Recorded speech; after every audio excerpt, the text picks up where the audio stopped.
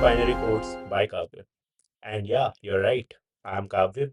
So this channel is not just about coding, DSA, or any syntax error. You won't even be just studying AI, ML, and stuffs.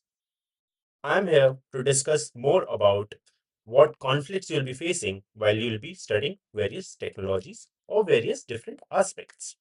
So, what you can get wrong, what different conflicts you'll be facing, we'll just cover each point, and we'll also learn each and every technology, each and every AI. We'll also be going through vibe coding. So, I'll also be sharing my personal goals and personal conflicts that I went through and how better I explored the technology and how different concepts can be learned, or what are the different ways through which I learned the concepts. And more importantly, you can use that knowledge to learn and build better. So, if you are curious about technology and want to understand what's happening behind the screen, you are in the right place. So, don't just code, learn how to think.